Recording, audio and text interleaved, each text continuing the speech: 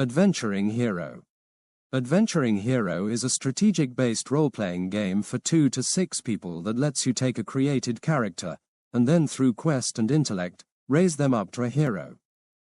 Adventuring Heroes is a game that flows from the imagination, and not from rulebooks that tell you how you are supposed to play. Go ahead and take the box, or 3 to 4 boxes, of gaming books and put them in the garage, or the storage building that you need to rent to hold them all. At this point, you should feel liberated, and probably a little scared. Go ahead and turn over your favorite gaming manual that you kept as your safety blanket upside down and use it as your writing pad. Adventuring Hero gamers need to be able to ask themselves leading questions and use the answers to these questions to direct themselves along the quest. Read on to understand better. Sage. A lot of the game depends on the person running the missions, the sage. The sage's job is to guide the characters through the quest with only minimal help and hints. The sage must be able to adjust to different styles of play or to shift the focus of the quest depending on the character's choices. Example, if you are on a simple quest to catch a thief, and the players decide to become a thief instead of catching one, you may now have a group of bounty hunters chasing down the players, instead of them chasing the thief. Again, use leading questions to help guide the players, and to help them decide what to do next. So, if you robbed a bank instead of stopping a robbery, who might come after you? How strong should they be? Base this answer on how powerful the players are. New players should not have hero-level people chasing them down. Did the players join the robbers? If so, what will the robbers try to do to the players to get all the money? Did the players find something in the loot from the bank that made him ask questions, and may start them on a quest, such as finding a powerful clerical amulet? Why was it locked up? Who owns it? How badly do they want it back? What are the owners going to do to get it back? Pay. Attack. There are a lot of options that could occur depending on what the players do, and how the owners of the aforementioned artifice react. Then you need to wonder if the guards of the town may start to hunt the players down as well. Especially if some of the guards were killed in the bank robbery. Are the bank robbers they may have joined part of a larger group on a robbing spree? If so, maybe the players can learn about this through hints from the sage and then they can start their quest to stop the group. Or can they just kill the robbers and take all the stolen loot for themselves? How to play. Adventuring Hero does not have hit points or experience points. The ways to dispatch your enemies are more in line with real life. If someone cuts off your head, then you're dead. If you get badly wounded, then you will start to bleed out and will need to be either healed or administer some self-aid. If it is a minor wound, then you can still go on fighting, but it may slow you down a bit, depending on the wound and where it is located. If your sword arm is slashed, you may have to try to fight one-handed, and may not be as effective in your attacks. Die. To play the game you need only one die, a 20-sider. I bet you are thinking, no way, I have 200 dice, and all of them are different, how can this work? You will see doubting gamers. Read on. The 20-sided die works in the following way. A 13 and above is a positive roll. A 13 is just a minor hit if you are attacking, or a very weak hit. A 20 roll is a major roll and does very serious damage. On average 18 to 20 are serious rolls, while 13 to 14 is not as serious a hit. You get 2 actions for each turn that you have. These actions can be to attack in 2 ways, such as swinging at the face and chest or shooting 2 arrows at the enemy's face, to turn and run, or to try to convince the enemy that they do not want to attack you. Then the enemy will have their 2 action rounds. They can try to dodge your attacks or deflect him off the shield if they have one. After the enemy reacts to you, they have a chance to attack you as well, and you can react in 2 ways as well. Either dodging twice or trying to deflect twice, or one of each. Or taking the hit and trying to get one last swing in before your turn is done. After you and the enemy have had your 2 actions, then your turn is done. When all the players' turns are done, then the round is over. This is important for the sage to keep track of because when spells are activated, such as slow, the length of the spell is determined by one roll of the dice. This number is how many rounds the spell will be activated. Let's say a cleric tried to cast slow on an enemy. The first shake was 10, the first action turn was over, and the cleric's spell did not work. The cleric now has one action turn left. They decide to cast again and get a 14. This means that the spell works. The sage will then shake the die, and he gets a 4. This means that the slow spell will affect the target enemy for 4 rounds. Make sure to tell the caster how long the spell is active. They cast it, and they deserve to know. On the other hand, if an enemy casts a spell on one of the players, they will not know how long the spell will last. They just need to survive till it runs out or they find some way to counter it. This is where the sage needs to keep track of who has what effect on them and for how long. If after 4 rounds the slowed enemy is still alive, the spell ends and needs to be recast. The players will not tell you that the enemy is free of the spell. That is the problem of the sage. They will just let the spell last forever so they can have that advantage in the fight. The sage's job is to keep the players honest as well as having a good time. The way to attack and defend in the game is the same for both the attackers and the defenders. You have 2 action turns for each round, be it with a range or melee weapon. Then you have a chance to dodge or block the attack in case the enemy attacks back. If the attack is successful, then you check to see if it penetrates armor, if you or the enemy has any. The only time this may change is with special abilities, or with magic. An example of a fight is the following. A warrior attacks an enemy with his sword. He tries to hit the enemy's neck and stab him in the heart. The player has chosen 2 attacks as their 2 actions. The dice says that the neck attack gets a 10, while the heart attack gets a 16. The neck attack is missed, and the heart attack will hit. The enemies now can try to dodge, deflect the attack. He can try to dodge twice, or deflect twice, or dodge and deflect once. If he is successful, then he returns the attack on the attacker. If the enemy cannot dodge, deflect, then the sage shakes to see if the hit penetrates, and if there is armor. If the sword penetrates, then a heart hit is a fatal hit, and the enemy dies. If the enemy has a cleric with him, the cleric may heal the enemy before they die. See character specs. Let's say that the player punches an enemy in the face with a roll of 20. This is a very serious hit and will cause serious damage. The sage will now roll the die once to see if the enemy is knocked out if they cannot dodge, deflect the blow.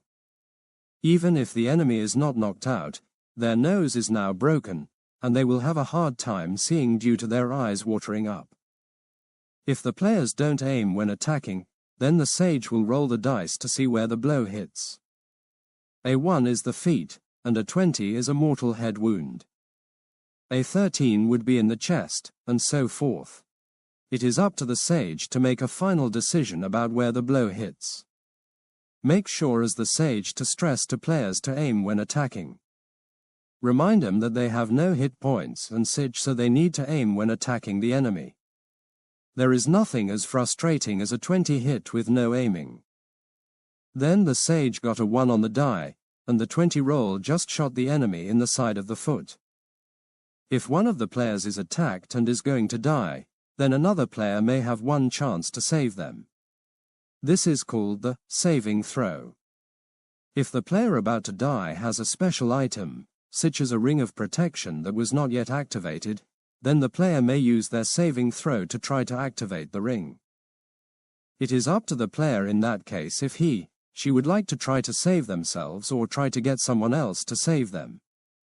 Either way, the player only gets one chance for a saving throw. If they are using a saving throw to have their companion block the sword thrust that was going to chop their head off, then the sage rolls the die. If the number is a 12, then the player almost stops it and gets most of their neck chopped off. They would now have one turn to get healed by a cleric, or they would bleed to death. Anything below a 12 and they're dead instantly by beheading. I know 13 and above is a positive roll, but the sage should try to help the players survive for as long as they can. No one likes to get killed, so do your best to help the players to stay alive. On the other hand, if the players make bad choices, they will die, and that will act as a learning experience for them. Remember, if the players decide to go after a target that will easily kill them, such as new players chasing down an ancient dragon, the sage should try to help them realize that it is a bad idea. But the final choice is up to the players, and they must deal with the consequences. The 20-sided die is also used when checking for anything else that needs to be checked for in the game. This may include noticing when people are following you, checking to see if a sneaky thief can lift the players' purses without them noticing, or how much gold the players start with. As the sage, you need to let the players know important events and actions around them, even if the die says they don't notice. Or sometimes players may just be a little dense. Part of the quest may be to beat up and search thugs who are following you for no good reason. On the thug's body, you find orders to have you killed, and the quest can develop from there as to proceed to see who sent the note. Spell dynamics. You keep track of the spells used by the characters by how many spell slots they have left. It takes one action turn and one spell slot to cast a minor spell. So if a character has 13 spell spots, they now can cast 12 more spells before they are out of magic. A character could cast 2 minor spells in one round if they have 2 action turns left in their round. They would have then used up 2 of the available spell slots. Each character has a different level of spell slots, with the wizard having the most available slots. Minor spells take 1 spell slot and 1 action turn. Mid-level spells use up 2 spell slots and 2 action turns. Major spells take 3 spell spots and 2 action turns to cast. So if a character is trying to cast a mid-level or major spell on an opponent, it would take their full 2 actions for the round. Their round would now be over, and the spell would be finished and affect the target. This same dynamic is used for the enemies. They need the same amount of turns to cast spells as the players. Hint dropping. Developing the skill of hint dropping, or giving out just enough information to make the players wonder what is going on and getting motivated to look for the next clue, will make the game much more exciting to everyone. In the before-mentioned cleric's amulet scenario, you can let one of the other robbers only want the amulet and is willing to give up all the other gold and items that they found. This is of course very strange behavior for a robber, and this should sound some alarms in the minds of the players. They should be asking each other, maybe with the sage's prompting, what would make a robber act this way. Then when they get the amulet, or just kill the other robbers and take it, they can start to figure out what to do with it. At this point, it would be important to make sure the players realize that they have something of immense value to the clerical sector it belongs to. A good power for a clerical amulet is to be able to talk much more easily with their chosen deity, the sage, so they can get advice and receive warning and help from them. It could also boost mind powers, so they could have more mind-powerful attacks and defense, or more easily do a mind sweep to try to find enemies around them. It would be up to the sage to figure out what the object does. It doesn't have to be an amulet, it could be a sword, helmet, cup, etc. It would depend on who the players were. You don't need him to find an amulet if there are no clerics in the group. This is where the hint dropping would come into effect. Do the players want to try to progress with returning the object? Do they want to try to keep the object? Do they want to sell the object? All these things need to be taken into consideration when they start on a quest. It is also the sage's job to make sure that the players know that they must be careful of their actions. In other words, what you do will have repercussions. If the players decide to rob a jewelry store for some extra spending cash, then either the owners of the store or some of their clients may want to find the culprits and gain some restitution. The players should try to stay away from random acts of violence and murder, as this will cause them serious repercussions. Remember that there are guards and bounty hunters all over the land, so if you break the law, you may have to pay. On the other side, you can earn some extra spending cash by hunting wanted criminals down. Bestowing magic and abilities. The players with magic ability receive new spells after they have played a few encounters or killed some monsters, 4 to 5 battles for the minor spells, 5 to 7 battles for the mid-level spells, and 6 to 10 battles for the major spells, or completed a large part of the mission. When the players are weaker, then they gain spells faster. See the previously mentioned number of battles. As they strengthen in power and spell strength, they gain spells slower. See the previously mentioned number of battles.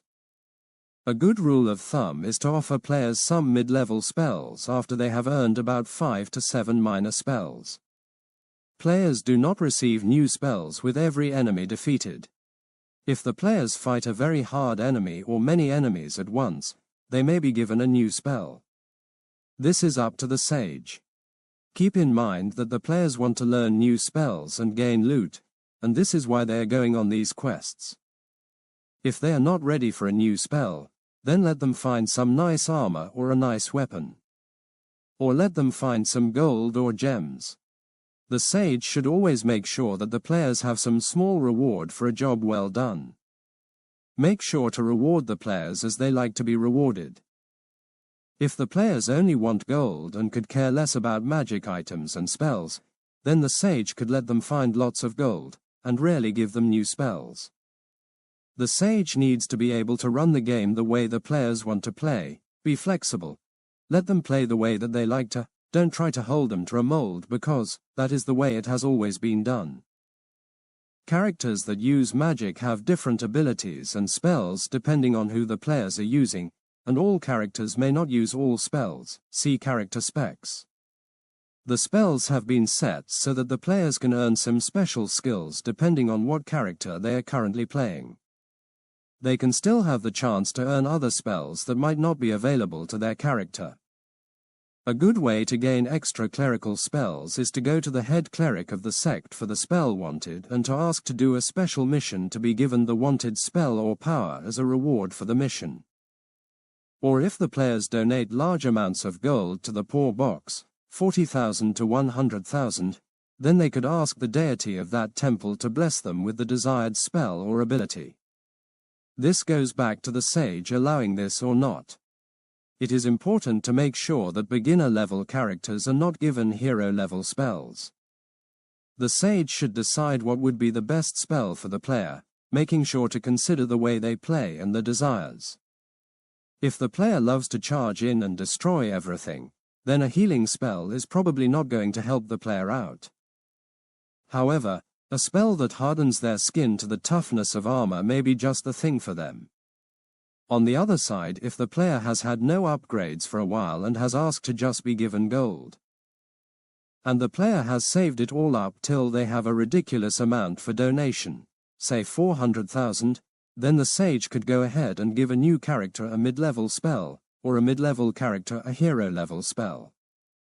Again, make sure to make it so the players have fun and feel that they are rewarded for their efforts, but don't let them increase so fast in power that they can just run over all enemies. It is a balancing act that takes some practice on the sage's part.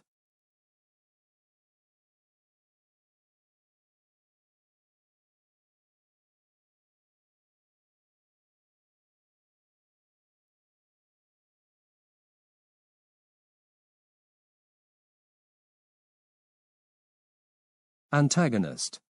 A bit about antagonists in the game of adventuring heroes. This is probably one of the best ways to keep the players excited about a quest, and a good way to keep the game flowing for everyone involved. The antagonist is the person, place, or creature that will give the players a hard time or cause trouble. Many times this is what the players are trying to find an answer to, and what many of the quests are built around. Say there is an evil monarch who is sending out a group of assassins to try to make some local townspeople vote the way he wants on an upcoming bill. The players could see the assassins climbing in the house and go investigate. The assassins are now the antagonists. Now you must remember that the local monarch is also becoming an antagonist by default. If the players save the townsfolk and kill the assassins, then the local monarch may try to get revenge on the players and may send out another hitman to kill them. The players now have another smaller antagonist and a larger one that they must deal with. Now the sage should get back to the hint dropping, and he should start to leave clues around as to what will be seen, and parts of the puzzle the players can find that will send them back to the monarch. Some puzzle pieces are unsigned notes, or having them notice someone is following them, and when they catch the follower they can get some information out of them. It is important to make sure that there is always at least some minor antagonist afflicting the players. This could be as simple as them seeing goblin tracks, and then deciding if they want to hunt him down, or just move on.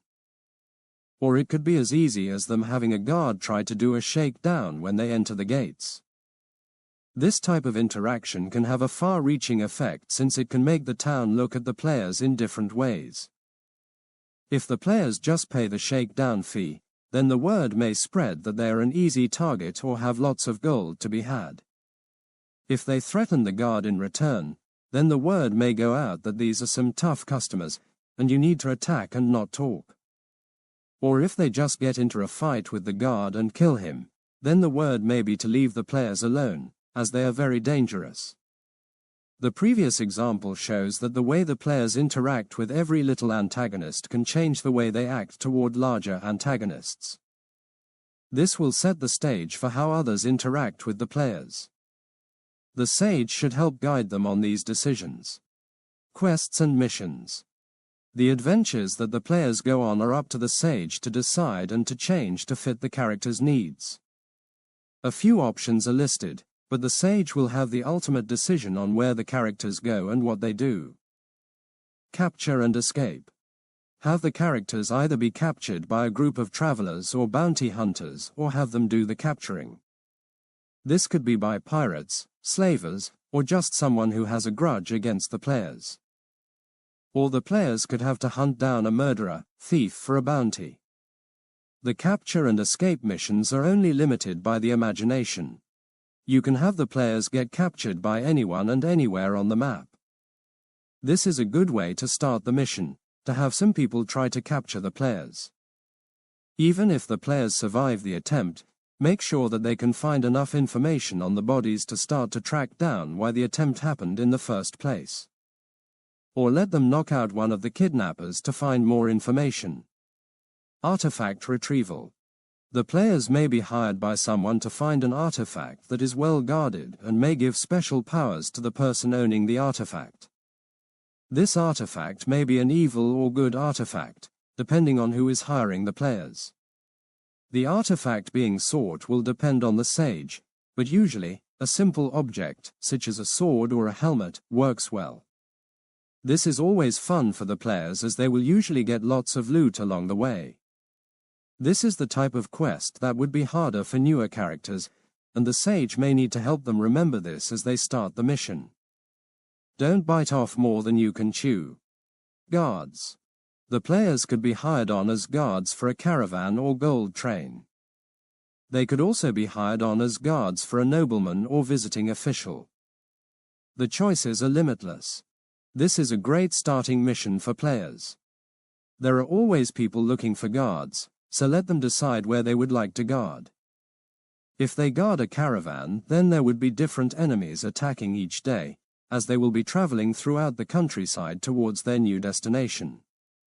If they want to guard a building, then you might want to have other merchants try to burn the building down or try to knock them off. Then the players would have to try to figure out what is going on. Remember that sometimes the hint dropping can be the uniform that the dead enemies are wearing. Help the players realize that the same patch is worn by all the dead enemies and that some organized group is after them. Side missions. In Adventuring Hero, the players have the opportunity to go on side missions during the quest. A side mission is a smaller, short-term mission that doesn't interfere with the player's chances to finish the main quest, except for lengthening out the time that they need to finish their quest. In these side missions, the players have the chance to earn some extra gold, find some nice weapons, or gain some new spells. This is one of the aspects of the more relaxed styles of playing that most people love. The sage can look at the area that the travelers are traveling through and make decisions then about how they are going to react to the environment around them. Some side missions are: a villager or traveler may ask the players to help them recover their kidnapped family members, friends from an evil force. The evil force could be goblins, a roaming monster, vampires, or anything that the sage deems appropriate for the terrain. Again, this should be a short quest that can be completed in a day or two.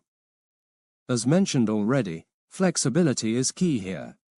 If the players start to enjoy themselves on the minor quest, the sage could keep adding pieces and more information.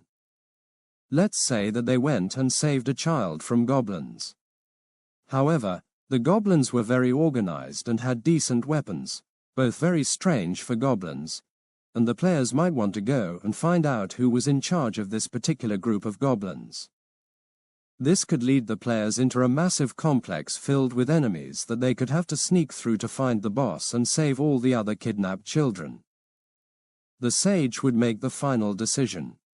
The players could enter the legal, or illegal, gladiatorial games.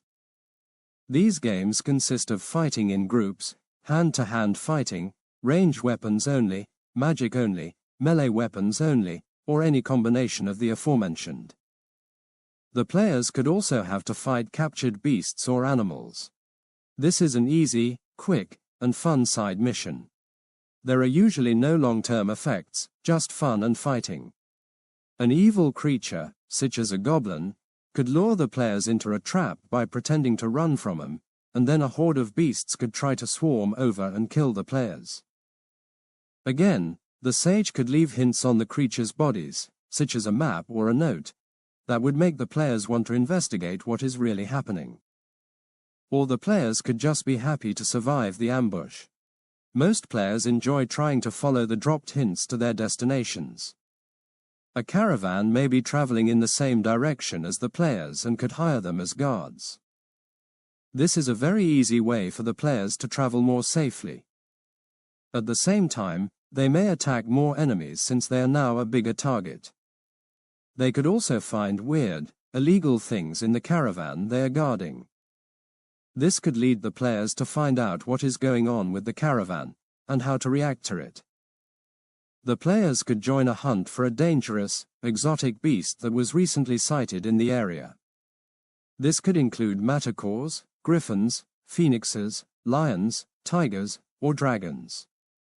The difficulty of the hunt is determined by the strength of the characters. You can expand this by having some of the other hunters try to kill the players to take the prize or have them stumble upon enemies, such as a goblin cavern, while on the hunt. Some travelers, 2 to 3, could convince players heading in the same direction as them to join forces for greater protection. The travelers may have thievery, murder, capture into slavery, or no evil intentions in mind. There are almost endless possibilities to go from here. The sage should look and see what the players are currently working on, and if he wants to make their lives more complicated. The sage could also make it so some bandits attack the travelers, and then a larger side mission can come out of that as well. If the players need to find more difficult side missions, a good place to go is the cleric temples. Usually, the head cleric knows of some scourge that needs to be dealt with or could send the players to contact someone who needs help. There are many different sects, and they all have slightly different views and beliefs. Some of the sects may want the players to go and hunt down a cleric who was sent on a mission and hasn't returned yet. Some of the sects may want the players to look for a new temple site so that they can expand their powers in another region. Others may want the clerics to be escorts or guards for another cleric to help them survive as they travel through a dangerous area. Or they may need the players to retrieve an object that was stolen from the temple. Developing your world. When it comes to getting ready to design your world to play in, you need to take some time to prepare the world and what is in it. I have included my world as an example after this instruction on how to prepare yours. Feel free to use that as an example, or to use that as the world that your players will adventure in. My companions and I have enjoyed hundreds of hours of gameplay getting to know all about it and have only just scratched the surface. The first thing you need to do is to design the world that the players will be in. You need to think about what the geology will be like, and what the different areas of the world will entail. My world has 4 distinct kingdoms, and on top of that, there is a large inland ocean in the middle. This makes it so when the players want to travel any distance between kingdoms, they now have the choice of sea travel. Now you can introduce pirates and merchants and many other types of adventures. Think about what each of the areas is going to be like. Will it have a mountain range surrounding it? Will it be in the middle of a large desert? Will it be cut off from the other cities so that the players cannot travel easily from place to place? You need to take the time to ponder all these questions when you do the basic setup. It is a good idea to make a rough map and then use that to build up from there. It takes a lot of work at first, but when you have a firm foundation you will easily be able to go ahead and just have the adventures without having to take the time to build the world that it will be played in.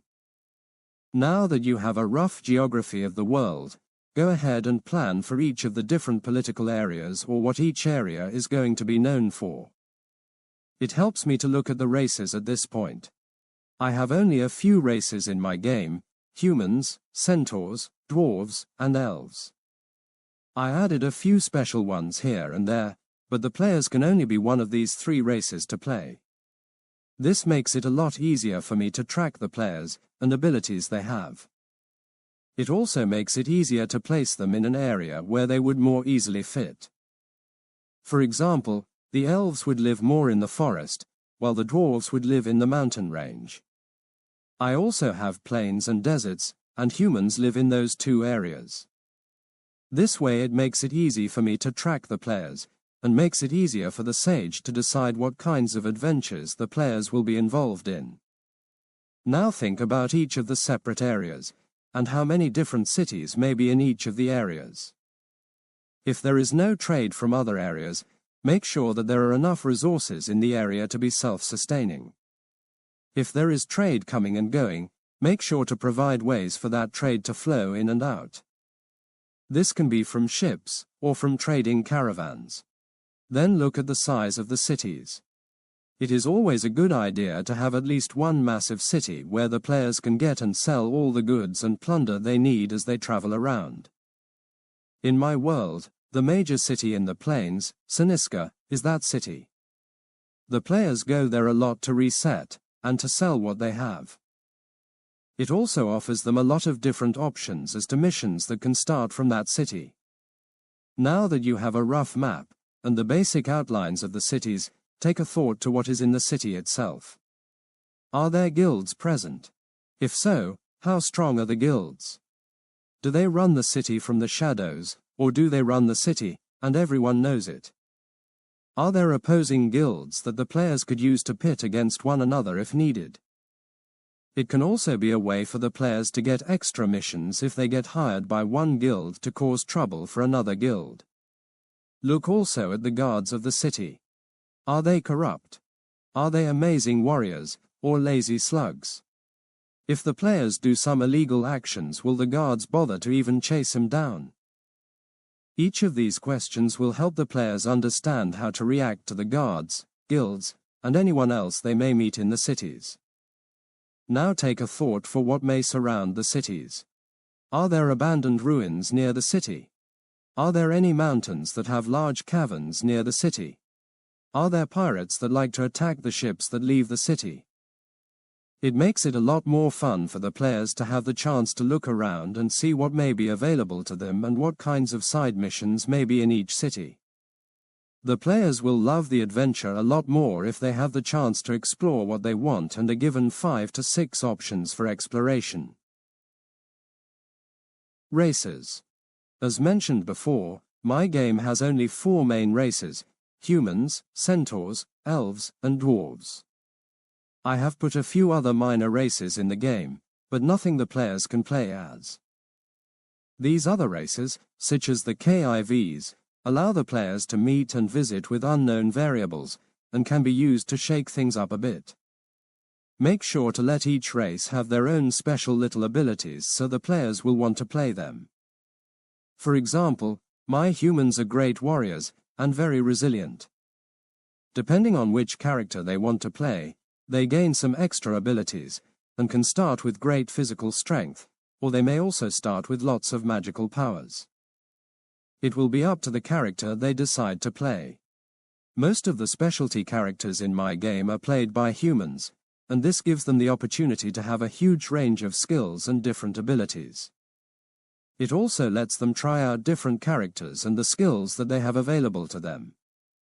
For my dwarves, I have made him not be able to use magic except as the blacksmith character.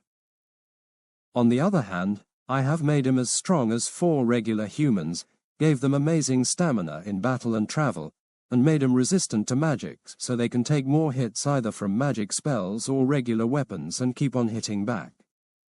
I have also given him the ability to see in the dark as black and white, and to be able to track their position underground always so they never get lost while clearing out caves or other areas. On the other hand, they are so dense with muscle that they sink like a rock if they fall overboard. Also, they are not sneaky at all, so almost any bad guy will hear them coming from far away. I have also made all the goblinoid creatures have a great hatred for them, so they attack at sight of a dwarf, and will try to overrun them whenever they meet one. I have tried to make the strength and the weaknesses balance out for the characters. For my elves, I made him very sneaky in the forest, but not so great in the cities. I also let them see in the infrared at night, but their eyes glow when they do this, so you can see 2 glowing red dots looking at you. They also have their own elven magic and can be a specialized archer as well as a regular 11 character. I also gave them the ability to be able to look up at the stars and know exactly where they are in the land, so they can never get lost. It is important to make sure that the players have a diverse group of characters in their band so they can handle anything that comes their way. A good band will always have a tank. Someone that can take the frontal, initial assault and hold back the enemies so the other players can attack.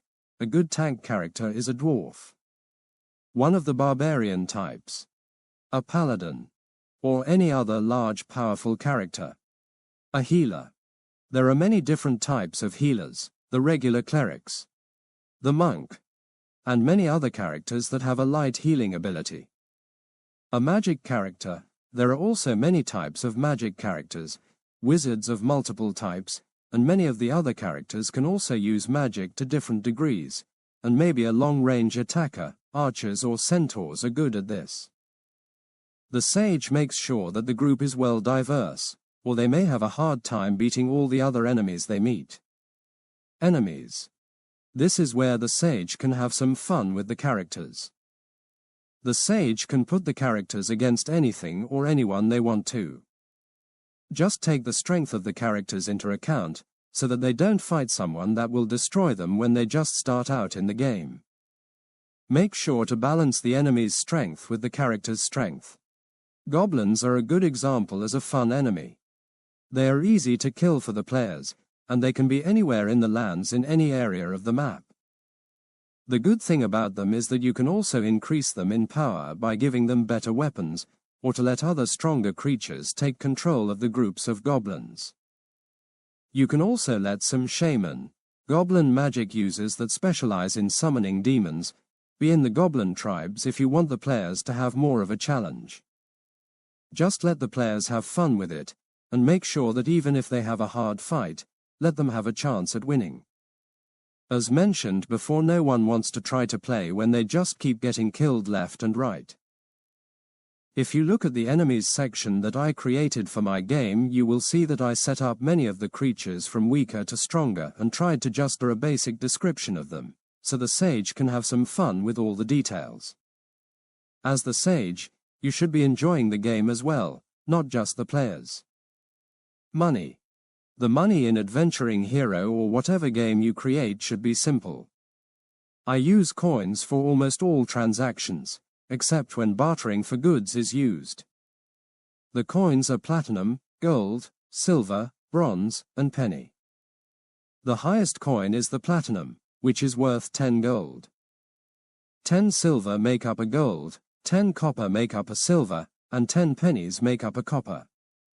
A nice, enchanted weapon would cost about 40,000 gold, or 4,000 platinum. A meal at a booth would cost about 2 pennies. It is good to keep it easy and simple, so the players can just go ahead and enjoy the game, without having to worry about different weights, scales, and conversion rates. Equipment.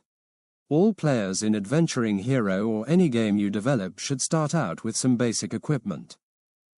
This makes it so that the players can have all the basic necessities for the game, without having to look for the basics. Many players like it better to just get to playing right off. This includes a torch, fire starting kit, 100 featuring of regular rope, a sleeping mat, 2 weeks of travel rations, some pots and pans for cooking, and a backpack to carry them all in. The sage can decide at the beginning of a new quest if the players should have a horse. If the players start with a horse, then it should not be a warhorse, but just a riding beast. Players can buy better horses at towns or take the horses of fallen foes. The sage should make sure that the players have the basic equipment needed for the mission. If they need a horse, make sure they will have one, or can fight people who have one. If they need to travel by sea, have the players have a chance to save a ship's captain, or have the chance to get hired on by a pirate hunter. Or give them the chance to join some pirates to fight off a pirate hunter. Again, the choice is up to the players. It is just the sage's job to help lead with hints, and to help the players realize what the repercussions of their actions may be. Adventuring Heroes, the game. The land. Armagrandi is the land where the adventures in Adventure Hero are played, see map. Armagrandi is a very large, ancient land, dominated in the middle by an enormous inland sea. To the north there is the Great Plain Strat, to the south is the mountain range Abajul, to the west is the forest of Kivsalossa, and to the east is the endless desert of Groz. 10,000 years earlier an intelligent mountain giant named Killabun united all the goblins' tribes and evil beasts in the mountains to the south and raised a great army. The first thing they did was seal the dwarves in their strongholds, which was easy as dwarves don't usually leave them. Before the dwarves could mount an attack on the beasts, the army moved north to destroy all in their path. They met little resistance till they came to the great forest of Kivsalossa. As they started to burn and destroy the forest, the Kivs rose up and attacked. The Kivs are tall, 6 to 8 feet, thin, and look like someone has stretched their features downwards. They are a peaceful race but protect their forest with a vengeance. The way the Kivs fight is to merge themselves together, usually 2 to 4 Kivs join into one, and this multiplies their powers. Kivs are very fast and strong, and after combining, their powers were multiplied by the number of people that combined to make their new entity, the Kevils. These Kevils destroyed the invading army, but took heavy losses in the process, almost totally wiping them out. The Kivs returned to single beings and went deep in their forest to recover. They are still there to this day. The Kivs allow travelers through their forest, and rarely attack even evil beasts these days, as they are still few in number. It takes a Kiv 1,000 years to reach reproductive maturity. The Great War had profound effects on the way that the modern-day Armagrandi is run. Each of the 4 major areas is ruled by their own king and has their own laws and policing force. Most of the 4 rulers of today are great warriors, and they all have armies ready to attack or defend on a moment's notice. There is a strenuous peace at the moment between the different areas, and small battles happen frequently along the borders. Sea travel, ship breakdown. Since there is a large inland ocean that all the kingdoms touch, it is important to understand how the different boat sizes are set in Adventuring Heroes. There are 4 boat sizes. The first size is the smallest, the one that anyone can build and is used for everyday use. This includes fishing boats, kayaks, canoes, catamarans, and anything else that the locals or the local pirates can build quickly and cheaply. This size of boat can hold anywhere between 2 to 5 people, and is good for short, close-to-shore trips. If needed, the players can buy one of these ships in decent condition for around 3,000 gold. The second size of boat is the sloop. This is usually a single-mast boat, with a pretty decent speed for a little ship. It is usually associated with the more well-to-do fishermen, or the pleasure cruisers. A ship of this size can carry around 15 to 25 people. This is a favorite for pirates, since it can travel fast and relatively far, and is easy to sail. If needed, the players can buy one of these ships in decent condition for around 30,000 gold. The third size ship is the merchantman. The merchantman is a large, non-military type ship. This usually has multiple masts and is not very fast. These ships are used to move vast amounts of goods and trading supplies from one area to another. This ship is loved by traders and merchants all over and is seen on the waters of the ocean frequently. It is important that this type of ship has escorts to help him out, due to their non-military status. There are usually a few sloops acting as escort for one of these ships. These ships can carry around 30 to 50 people. Many times pirates will use these ships as a central mothership to launch pirate attacks from. If needed, the players can buy one of these ships in decent condition for around 60,000 gold. The fourth and largest of the ship classes is the man-o'-war. The man-o'-war is the heaviest hitter the players will see. Each of the bigger cities has at least one of these to go out and take care of any pirate threats that bother their shipping lanes. These ships usually have some catapults and small, medium crossbows on them. These ships can travel very fast, and are very large, with a reinforced front for ramming other ships. These ships can hold around 60 to 120 people. If needed, the players can sell one of these ships in decent condition for around 150,000 gold. Very few people will ever sell their man-o'-wars, and one of the only ways to get one is to have one specially ordered, or to take one from a pirate king.